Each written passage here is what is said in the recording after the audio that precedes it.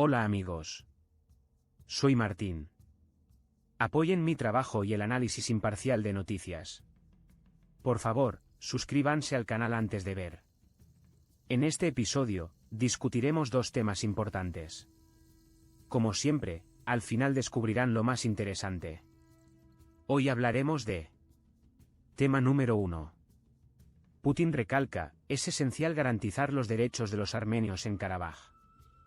Tema número 2. Nagorno-Karabaj, ¿cuál será el destino de los armenios tras la rendición?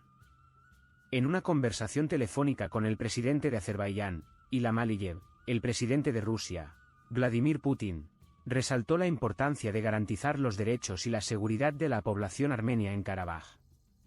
Según el servicio de prensa del Kremlin, ambas partes hicieron hincapié en la importancia de la implementación constante de los acuerdos para el cese completo de las hostilidades en Karabaj, que se lograron con la asistencia del Comando de los Pacificadores rusos. En este contexto, se le otorgó gran importancia a las negociaciones entre representantes de Bakú y Stepanakert, que comenzaron hoy con la mediación de los pacificadores. Se discutieron pasos prioritarios para estabilizar aún más la situación y abordar los problemas humanitarios en la región. Vladimir Putin enfatizó la importancia de garantizar los derechos y la seguridad de la población armenia en Karabaj en este proceso.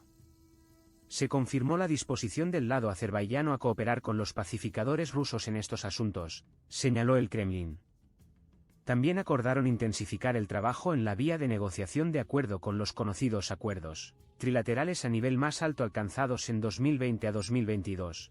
En primer lugar, en cuanto al desbloqueo de los vínculos de transporte, la delimitación de la frontera azerbaiyano-armenia y la preparación de un tratado de paz entre Bakú y Ereván. El 19 de septiembre, Azerbaiyán lanzó una operación antiterrorista en la región, exigiendo que las fuerzas de Karabaj izasen la bandera blanca, desmantelaran sus fuerzas armadas y disolvieran su régimen ilegal. Después de 24 horas de intensos combates, las autoridades étnicas armenias en Stepanakert cedieron. Según los términos del alto el fuego, acordados por Azerbaiyán y el comando de la Fuerza de Pacificación rusa en el terreno, las fuerzas armadas de Karabaj deben comprometerse a desbandarse por completo y desarmarse. Según la Oficina del Defensor de los Derechos Humanos de Nagorno-Karabaj, más de 10.000 personas han sido evacuadas de las comunidades tomadas por los azerbaiyanos, y varias miles no pueden encontrar a sus familiares desaparecidos, incluyendo mujeres, niños y ancianos. Hasta el 20 de septiembre a las 9:30, el número de víctimas mortales se situaba en 200, incluyendo niños, y el número de heridos superaba los 400. Esta situación plantea varias cuestiones importantes que requieren un análisis imparcial. En primer lugar, la conversación entre los presidentes Putin y Aliyev destaca la preocupación por la seguridad y los derechos de la población armenia en la región de Karabaj. Este es un asunto sensible que ha estado en el centro de un conflicto prolongado entre Armenia y Azerbaiyán. La importancia de la implementación de acuerdos de alto el fuego es evidente en la conversación, ya que ambas partes subrayan la necesidad de cumplir con estos acuerdos.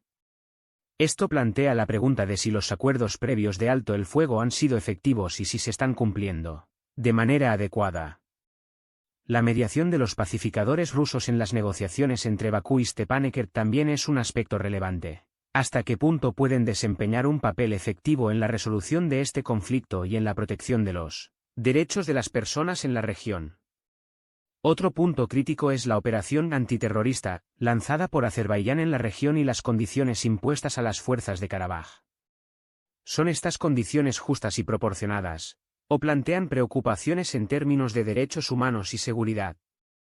El número de personas evacuadas y las víctimas mortales y heridos también son datos preocupantes. ¿Se están tomando las medidas adecuadas para proteger a la población civil y evitar un mayor sufrimiento humano?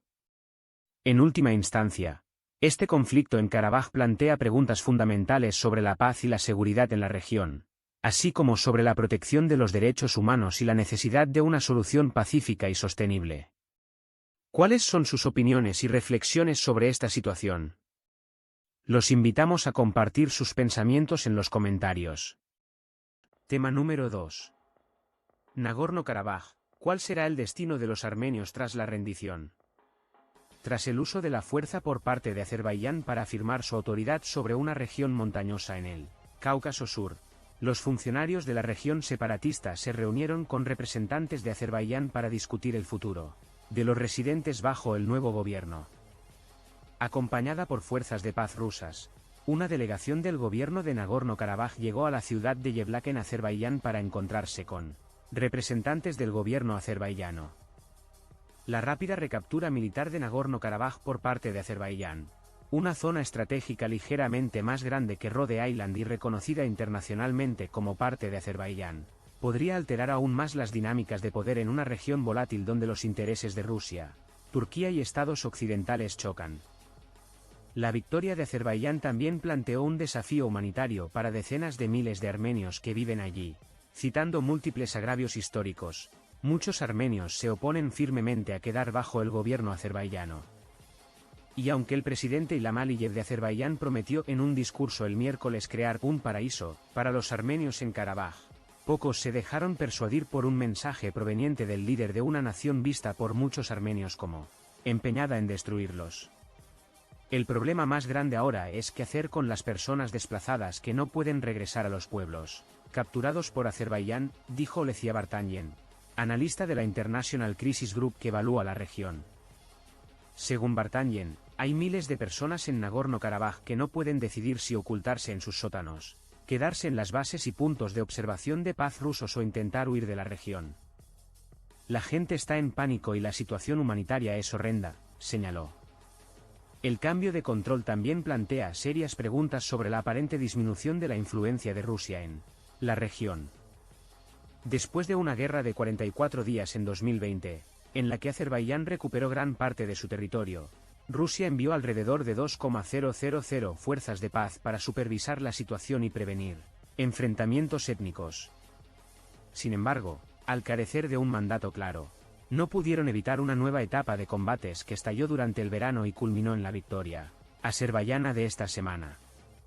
Autoridades en el gobierno separatista informaron el jueves que al menos 200 personas habían muerto en los combates, incluyendo 10 civiles, el resto eran soldados. Estas cifras podrían ser verificadas de manera independiente.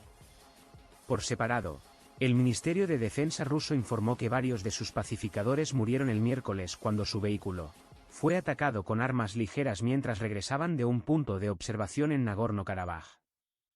Miles de personas se congregaron el miércoles por la noche en la plaza principal de Ereván, la capital de Armenia, para instar a su gobierno a intervenir. El primer ministro Nikol Pashinyan de Armenia ha estado tratando de distanciar a su gobierno del conflicto.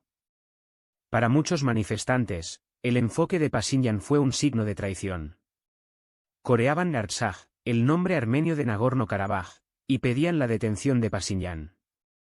Algunos manifestantes bloquearon las calles que conducían a la plaza y un grupo de ellos atacó el edificio gubernamental principal. Sin embargo, en entrevistas, las personas parecían resignadas a la idea de que Nagorno-Karabaj podría perderse, aunque no necesariamente para siempre. Una multitud más pequeña frente a la embajada rusa en Ereván exigió que Moscú adoptara una postura más contundente. La serie de derrotas ha llevado a muchos en Armenia a reconsiderar la opinión tradicional de que Moscú era su principal protector. No podemos simplemente confiar en que otros nos defiendan, dijo Rebecca, una manifestante de 65 años que declinó dar su apellido por temor a represalias. Parada frente al edificio gubernamental, dijo que no puede aceptar que Nagorno-Karabaj se pierda para siempre. Debe ocurrir un milagro, afirmó. En los últimos años, Pashinyan ha estado distanciando a Armenia, que forma parte de una alianza de seguridad liderada por Rusia, de Moscú.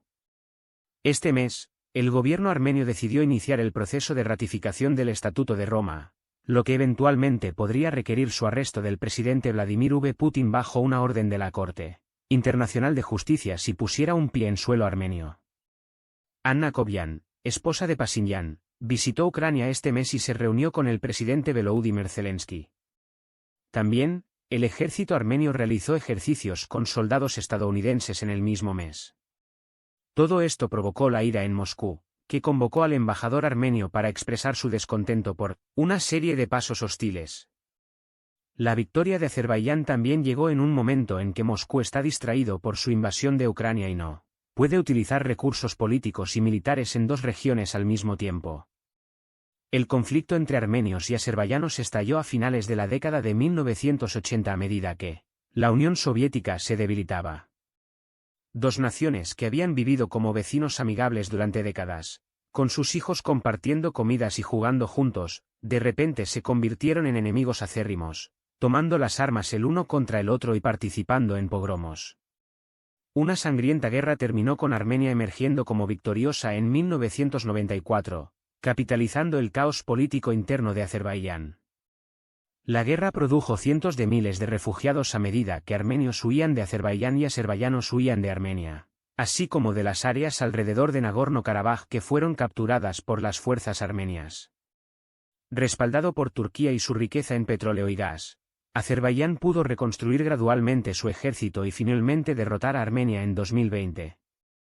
Se firmó un alto el fuego mediado por Moscú, y decenas de miles de armenios se concentraron en la última porción de tierra disputada, Nagorno-Karabaj.